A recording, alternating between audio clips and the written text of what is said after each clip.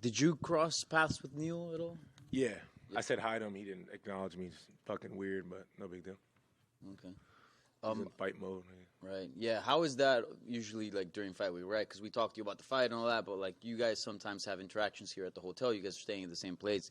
Is it uncomfortable? Is it weird? Not for me. I'm normal. These guys are weenies, man. Like, we fight. It's what we do. We've been fighting a long time. Common courtesy. How you doing? Good to see you. Good morning. When they're in fight mode, I guess, like they're weird. Yeah. Like most of them are weird. Like a select few have common courtesy, are normal people. How you doing? Good to see you. Good day. Like that doesn't change anything Saturday, Whatever. I just saw him. I said, hey, he just kind of, whatever. Weird. Do you take it personal? Or? No, they're just weird, man. They're just weird. No biggie.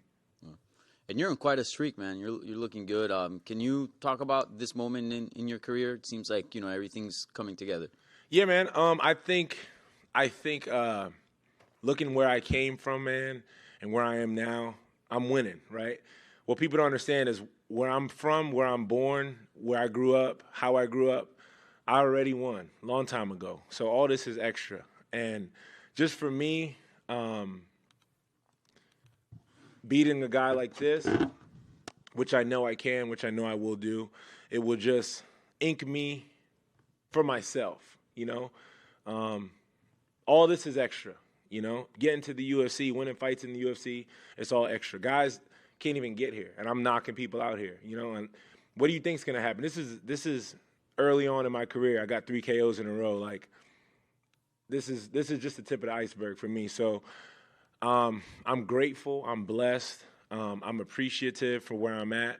And I try to take time to just enjoy right now because I remember where I started. And I'm just happy. Yeah. And Neil Magny, we were just talking to him, and he's approaching like 40 fights. I mean, he's a veteran of the sport. He got called out recently by Ian Gary, I believe. He's somebody a lot of people want to fight. So I was just wondering, is he somebody that was in your radar and you wanted to cross paths with at some point? Who? Neil. I mean, I'm fighting him Saturday, so yeah, I guess, right? I don't care, man. I don't. I'm saying like before the booking, like is that? Not necessarily, man. Neil is a good guy, man. Great father, great human being, an awesome person. And I actually reached out to him a long time ago. Just because he's a tall guy, kind of like myself. And we were supposed to train together a long time ago. I was supposed to go actually to his home and stay for a little bit and train. This is pre-UFC, so I'm very appreciative of that. Like, I don't forget those things. But also, he agreed to fight me first. My manager threw that name, and I was like, oh, all right, well, yeah, that's cool. How does he like? Yeah, he accepted. So I don't know if he thinks I'm a pussy or something. I don't know.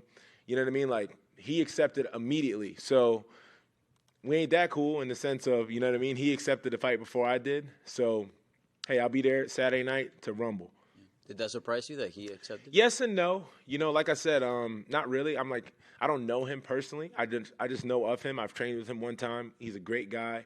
But you know what I mean? Like, there's no friends in this game, clearly. So he thinks he can beat me up. He's going to try to physically harm me really bad, and I'm going to try to do the same. And lastly, you have looked great, but you have missed weight a couple of times. So just wondering what happened there and what are some of the things that you're doing to make sure, that's dialed in. I just missed weight, And what's a weird thing, too, with MMA, like, weight cutting there's nothing natural about weight cutting, right? I listen to commentators, and commentators are silly people because if you watch all my fights, every fight, for whatever reason, I'm the underdog. I don't know why, but I am, which I don't care. And every single fight, if you listen to them talk about me, it's very weird. Like, the way they speak on me, like, I don't know. Like, it's always negative until the guy's laid out in front of me, But, and I remember I was listening to him talk. There's like this, everyone talks about if you miss weight, how you had a bad camp or how things didn't go right. And there is nothing natural about making weight. You can bust your ass for 8 weeks, do everything right, and then 2 hours before the fight, miscalculate or don't get in the sauna long enough, and then all of a sudden you didn't train hard enough, and now in the fight, like, well, he missed weight, so let's see. That shit ain't normal. You know what I mean? Like, cutting 25 pounds is not normal. I missed weight. Not my coaches, not my nutritionist. It was my fault. It was a time error thing. I was in Orlando at home. I didn't stay at the fighter hotel. I decided to wake up very late. I got to the sauna. I didn't have enough time. Dean called me and said, hey, man, if you're not here in an hour, we're canceling your fight. I told my coach, dude, let's just make weight and show up late. I said, what are they going to do? He's like, Phil, they're going to cancel your fight. I was like, no, they're not. Maybe they would have. I was fine. Cool as a cucumber. I made the weight the night before. It was a time error. But then you listen to these weenies on the mic talk, man, he wasn't working hard enough. He cut weight. They don't know shit. Cutting weight ain't natural. I'll make weight. I'm going to show up. I'm going to rumble and try to knock this guy's head off. Sorry, man, that kind of ticked me a little bit, the weight cutting, because these guys, you know, they're just they speak on things they don't know about, you know, but nothing's natural about making weight. You know much about Jacksonville? I know you're Orlando-based, but coming up here, do you know anything about the town, the city? Do you plan to go out after fights? I went to high school in Palm Coast, which is like about 45 minutes south of here. Jacksonville is... It's you know, we're in the best place in Jacksonville. Anywhere outside of here, But where we are is nice. You know what I mean? The waterfront, you know, it's nice. But other than where we are, I wouldn't go venture too many places in Jacksonville. But it's all right, you know. I've had my first professional win was in Jacksonville, House of Fame. Rest in peace, Rumble Johnson. He was like I think he sponsored the show. I was 0-2 at that time. I fought Jeremy Bethea, and I won. So Jacksonville's a little special place to me. 2015 that was. So Jacksonville's okay, you know. It's okay. FPC or Matanzas guy? I went to Matanzas. Okay. I was the first graduating class of Matanzas, 2008. Hey man, I'm not just harping on this to continue like trying to irritate you, but the weight cut thing interests me. Do you think it's kind of unfair that when a guy misses weight, goes out, puts on an amazing performance, he's not suddenly ineligible for the bonus? That's the dumbest shit I've ever heard in my life, you know? That's odd. You got to make weight, of course, right? It's a part of the game, but that's very odd. You know what I mean? Like, and then like I've knocked out 3 people in a row. Nothing. No bonus, no nothing. You know what I mean? Like, my mom is dealing with 2 forms of cancer. They're plastering her on the TV screen, talking about my mom, which I didn't ask them to do. There's no woe is me. I get it done. You know, I don't look for nobody for nothing. I don't look for favors. But if you're gonna put my mom on blast her up in the arena and talk about her and bless me, you know what I mean? Show me. I went out there and stretched the guy that makes 3 times as much money I make. You know what I mean? Show me something. Brian Battle missed weight. Shout out to Brian Battle. That's my boy. Dana sat up here and said, you know what? I'm giving him a bonus. I laid out 3 people in a row in a sport where it's hard to finish fights. And I've finished 3 in a row. Nothing. It's all good. I just keep doing it. Thanks, man. Phil, back here. Do your partners at the gym like willingly know that you're going to record them when you're making videos? No, and that's what makes it even better, you know? But they also know me, and like, it's just like a sixth sense from Christ. Like, I just know when something's about to pop off. Like, something could be over there, and I'm here. Boom. You know what I mean? And it's viral. I don't know why. I just catch all these moments. So I just have a knack for it. It's very odd. I got a spidey sense, and it saves me at times. On the way up here, I'm driving I-95. Epic crash in front of me. Literally on the highway. Boom, boom, boom. Cars everywhere.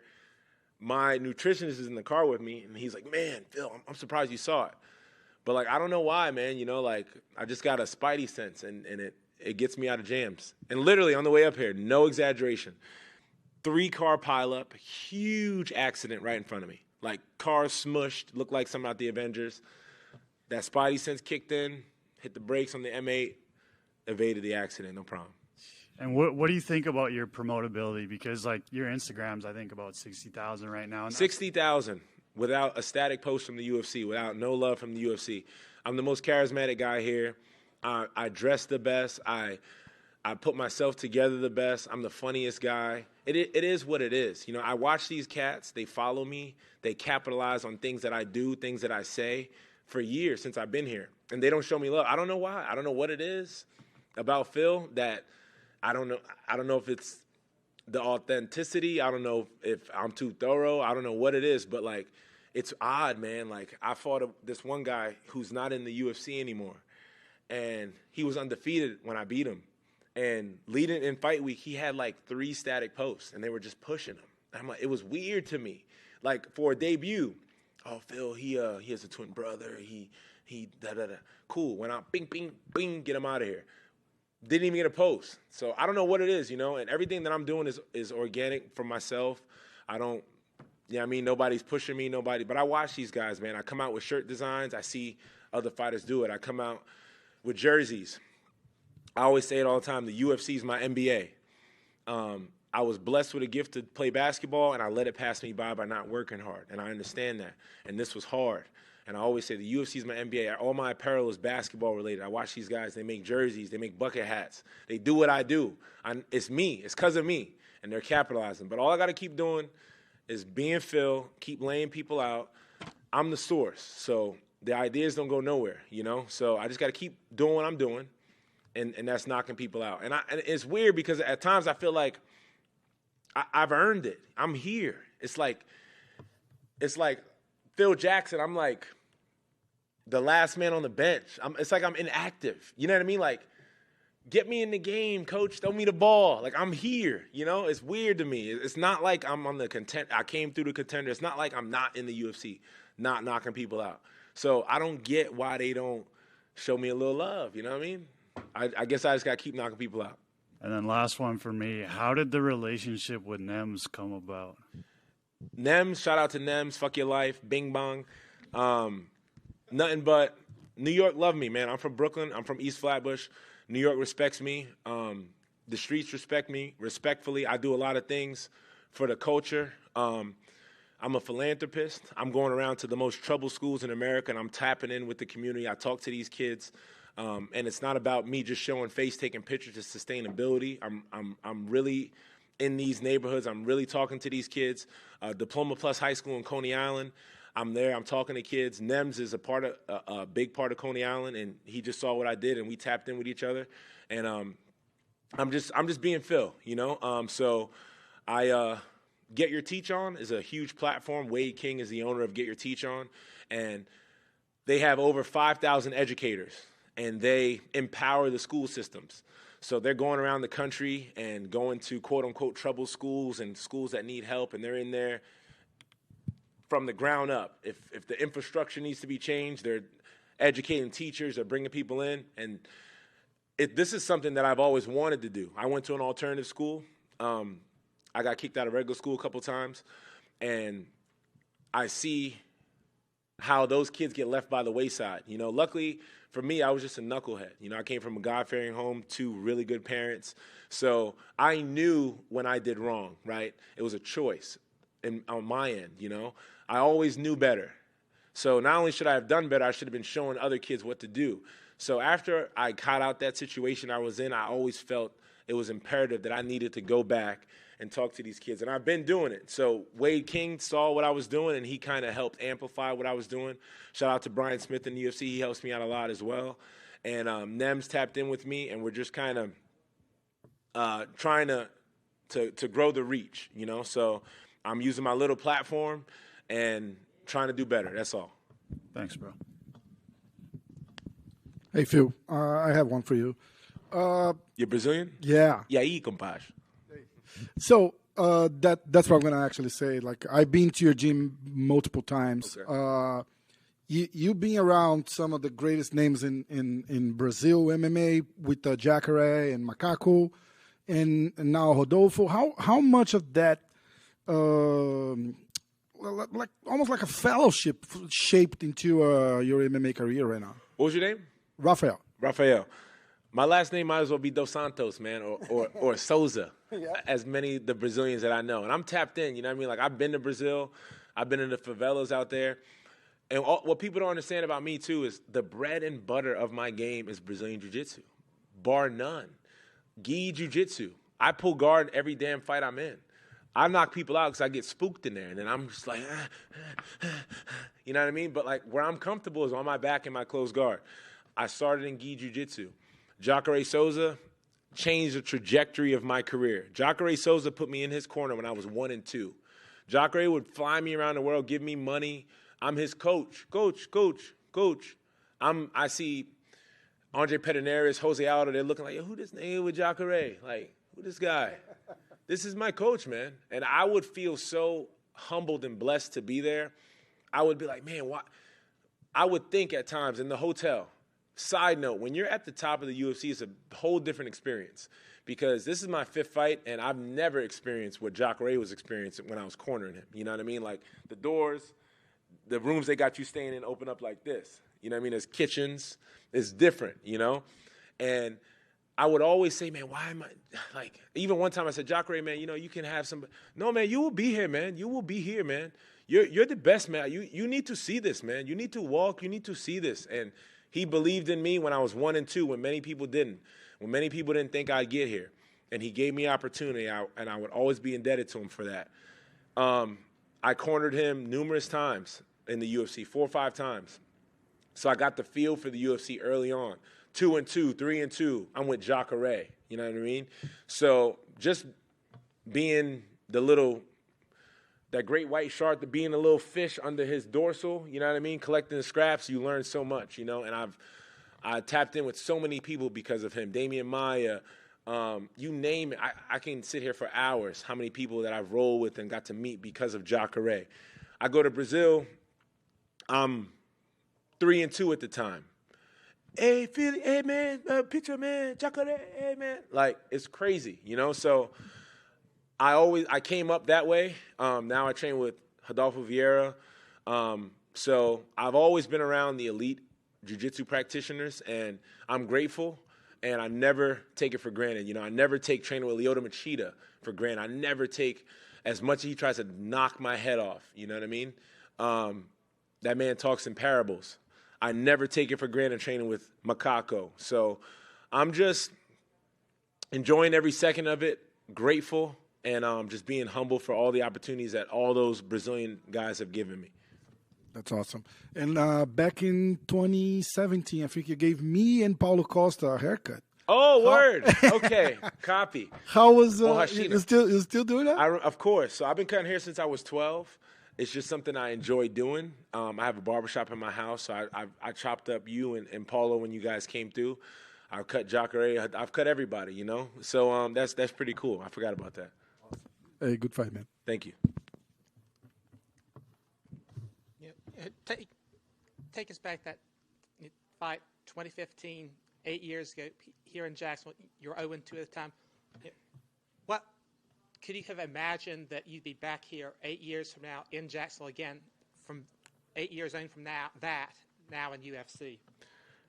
Specifically here, no. In Jacksonville, no. Where I'm at, in retrospect, absolutely. You know, I believed in me from day one, and I knew I'd be here. And I remember walking out House of Fame at the waterfront. It was over here somewhere. Sick promotion. They must have ran out of money. Like, there's no way you can have a promotion the production, like, it looked like the UFC. But I remember before I walked out, I was like, Phil, if you lose this one, that is it. In the sense of not quitting, but like, we got to keep this train rolling. We got to figure out a new path, you know, because this ain't it. And I just knew he'd have to kill me that evening, and he didn't, for me to stop my trajectory, and I ended up getting the win, and I'm blessed to be here.